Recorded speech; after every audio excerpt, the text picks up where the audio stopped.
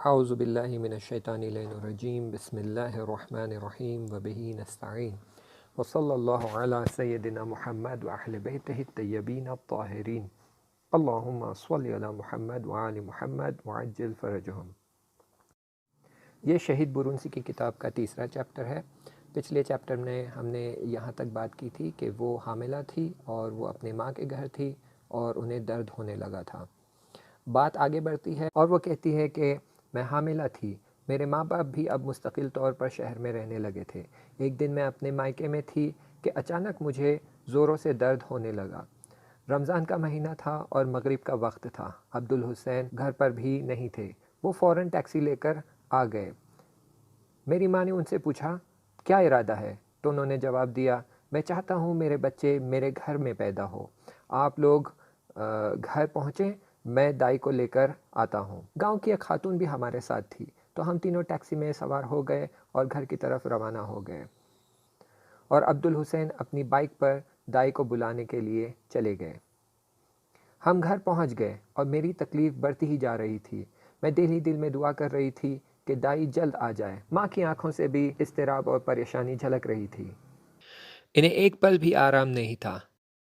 اچانک دروازے کی گھنٹی بجی اور گھنٹی کی آواز سنتے ہی وہ خوشی سے اچھل پڑی اور وہ فوراً دروازے کی طرف بڑھی۔ کچھ ہی لمحوں میں وہ واپس آئی اور خوشی خوشی کہنے لگی دائی آ گئی۔ ایک باوقار خاتون تھی، شاید ان کی وجود کی برکت تھی کہ مرحلہ بڑی آسانی سے طے ہو گیا۔ ایک خوبصورت اور گول مٹول سی لڑکی انہوں نے میرے ہاتھوں میں رکھ دی۔ اتنی گول مٹول لڑکی دیکھ کر مجھے بھی تعجب ہو رہا تھا۔ میں ایک پل کے لیے بھی اس پر سے نظر نہیں ہٹا پا رہی تھی۔ دائی نے مسکراتے ہوئے پوچھا بچی کا نام کیا رکھنا چاہتی ہو؟ ایک لمحے کے لیے میں پس و پیش ہو رہی تھی، ابھی سوچ ہی رہی تھی کہ کیا جواب دوں، تب تک انہوں نے خود ہی کہا اس کا نام فاطمہ رکھو، بہت اچھا نام ہے۔ میں نے آج تک اتنی اچھی اور نیک سیرت والی دائی نہیں دیکھی تھی۔ ماں نے ایک ٹرے میں چائے اور کچھ پھل لے کر آیا اور ان کے سامنے رکھ دیا اور ان کی خدمت میں پیش کیا اور کہا کہ بے فرمائید، لیکن انہوں نے کچھ بھی نہیں لیا۔ ماں نے بہت اصرار کیا تو انہوں نے کہا شکریہ، میں کچھ نہیں کھاؤں گی۔ ماں کچھ اور چیزیں بھی لے کر آئی تھی کھانے کے لیے، لیکن انہوں نے کسی کو بھی ہاتھ نہیں لگایا اور کچھ دیر بعد خدا حافظ کہہ کر چلی گئی۔ رات آدھی سے زیادہ گزر چکی تھی، گھڑی کے کانٹے 3 کے قریب پہنچ چکے تھے۔ ہم سب عبدالحسین کے لیے پریشان تھے۔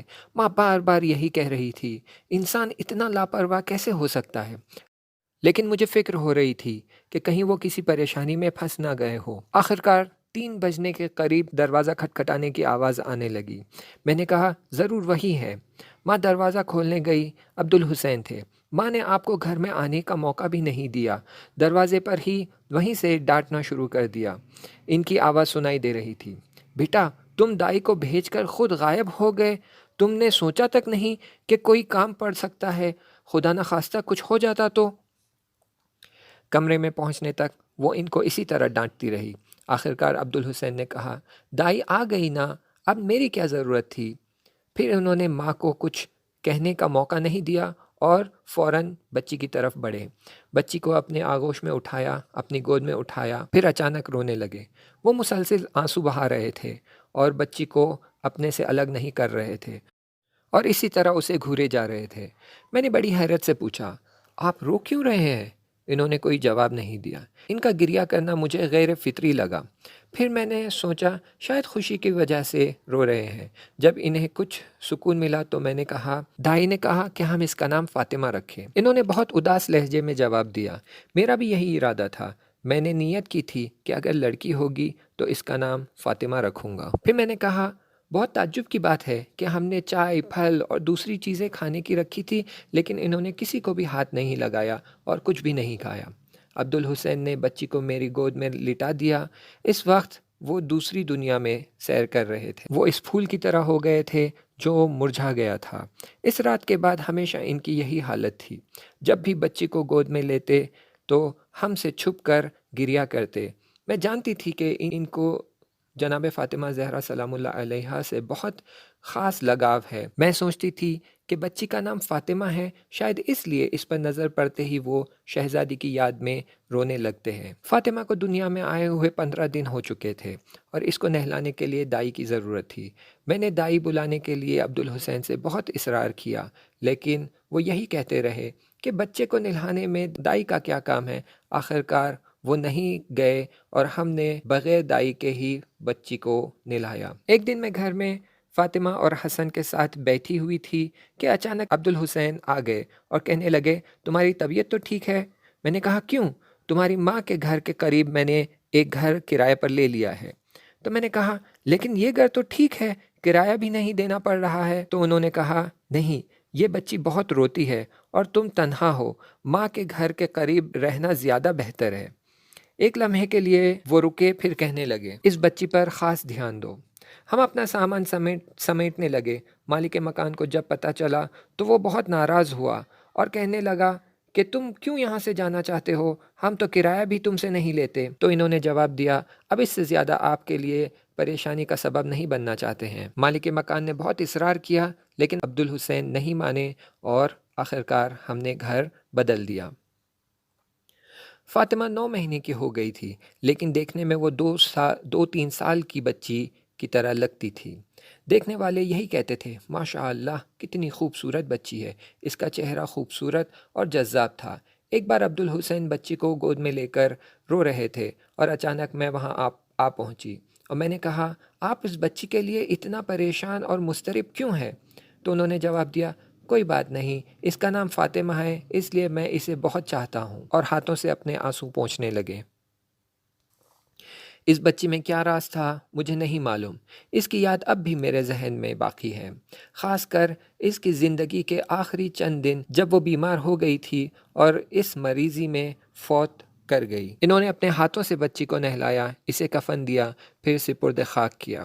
اس کی قبر پر بڑوں کی قبر کی طرح پتھر لگایا اور اس پر لکھوایا برونسی کی فاطمہ۔ کئی سال گزر گئے۔ اسلامی انقلاب کی کامیابی اور جنگ کی شروعات کے بعد عبدالحسین محاذ جنگ پر روانہ ہو گئے، یعنی بارڈر پر چلے گئے۔ کبھی کبھی لمبے عرصے تک میں ان سے بے خبر رہتی تھی اور اس لیے جب ان کا کوئی ساتھی میدان جنگ سے واپس آتا تو اس سے ملنے جاتی اور اس سے عبدالحسین کی خیریت دریافت کرتی۔ ایک بار میں ان کے ایک دوست کے یہاں گئی تاکہ ان کے بارے میں کچھ معلوم کر سکوں۔ انہوں نے ایک تصویر مجھے دکھائی، عبدالحسین اور ان کے چند ساتھی تھے جو آس پاس بیٹھے ہوئے تھے۔ پھر انہوں نے کہا دیکھیے یہاں پر برونسی صاحب نے آپ کی ڈیلیوری کا ماجرا بتایا تھا۔ ایک لمحے کے لیے میں سٹپٹا گئی، میرا چہرہ سرخ ہو گیا۔ میں نے غصے میں کہا برونسی صاحب بھی؟ تھوڑی دیر بعد میں خدا حافظی کر کے وہاں سے چلی آئی۔ میں بہت غصے میں تھی اور دل ہی دل میں کہہ رہی تھی آخر یہ کوئی بات ہوئی کہ میری ڈیلیوری کا واقعہ دوسروں کے سامنے بیان کیا جائے۔ کچھ دنوں بعد وہ میدان جنگ سے واپس آئے۔ میں نے ان کو سکون سے بیٹھنے نہیں دیا اور اس واقعے کا ذکر کرتے ہوئے کہا آخر ڈیلیوری والی بات بھی کوئی ایسی چیز ہے جسے انسان سب سے بیان کرتا پھرے؟ انہوں نے ہنس کر کہا آپ جانتی ہیں میں کون سی بات ان سے بیان کر رہا تھا؟ میں نے تو اس بارے میں سوچا ہی نہیں تھا، اس لیے میں نے فوراً جواب دیا نہیں۔ مسکراہٹ ان کے لبوں سے غائب ہو گئی، ان کی نگاہوں میں غم و اندوہ تیرنے لگا۔ انہوں نے آہ بھرتے ہوئے کہا میں اپنی بیٹی فاطمہ کے بارے میں بتا رہا تھا۔ اصلی بات جاننے کے لیے میں بے چین ہو گئی۔ فاطمہ کو اس دنیا سے گزرے ہوئے کئی سال ہو چکے تھے، لیکن اس کی یاد ہمیشہ میرے ذہن میں تازہ تھی۔ کبھی کبھی مجھے احساس ہوتا تھا کہ اس رات اور فاطمہ کی پیدائش میں کوئی تعلق ضرور ہے، لیکن میں اس پر زیادہ دھیان نہیں دیتی تھی۔ آخرکار انہوں نے اس راز کا پردہ میرے سامنے کھول ہی دیا۔ انہوں نے کہا اس دن جب میں دائی کو بلانے گیا تھا سورج ڈوب رہا تھا، تمہیں یاد تو ہوگا؟ میں نے کہا ہاں، اور ہم اپنے گھر گئے تھے۔ انہوں نے سر جھکا لیا اور اپنی بات کو آگے بڑھایا۔ میں گھر سے باہر نکلا، ابھی تھوڑی ہی دور گیا تھا کہ ایک کلاس فیلو مل گیا اور اس نے کہا کہ میرے پاس کچھ اشتہار ہے جسے لوگوں تک پہنچانا تھا اور اس کے لیے اسے میری ضرورت تھی اور مجھے اس کے ساتھ جانا پڑا۔ میں نے اللہ پر توکل کرتے ہوئے اس کے ہمراہ چل پڑا۔ اس رات کا واقعہ بہت تفصیلی ہے، صرف اتنا بتا دوں کہ رات کے 2 یا 3 بجے جب اچانک مجھے دائی والی بات یاد آئی، میں نے اپنے دل میں کہا کیا غضب ہو گیا، دائی کو لے کر مجھے گھر پہنچنا تھا، لیکن مجھے معلوم تھا کہ اب بہت دیر ہو چکی ہے اور تم لوگوں نے خود ہی کچھ نہ کچھ انتظام کر لیا ہوگا۔ میں فوراً گھر پہنچا اور جب تمہاری ماں نے کہا دائی کو بھیج کر خود اپنے کام پر نکل جاتے ہو تو میں سمجھ گیا کہ اس میں کوئی نہ کوئی راز ضرور ہے، لیکن میں نے ظاہر نہیں ہونے دیا۔ عبدالحسین خاموش ہو گئے، ان کی آنکھیں آنسوؤں سے تر تھیں۔ پھر انہوں نے کہا تم جانتی ہو کہ اس رات کسی کو اس بات کی خبر نہیں تھی، صرف مجھے معلوم تھا کہ دائی کے پاس جانا ہے اور میں نہیں گیا، یعنی اس رات میں نے کسی کو بھیجا ہی نہیں تھا، وہ خاتون خود سے آئی تھی۔ انشاءاللہ آگے کا مطلب ہم اگلے چیپٹر میں بیان کریں گے، تب تک کے لیے التماس دعا، خدا حافظ۔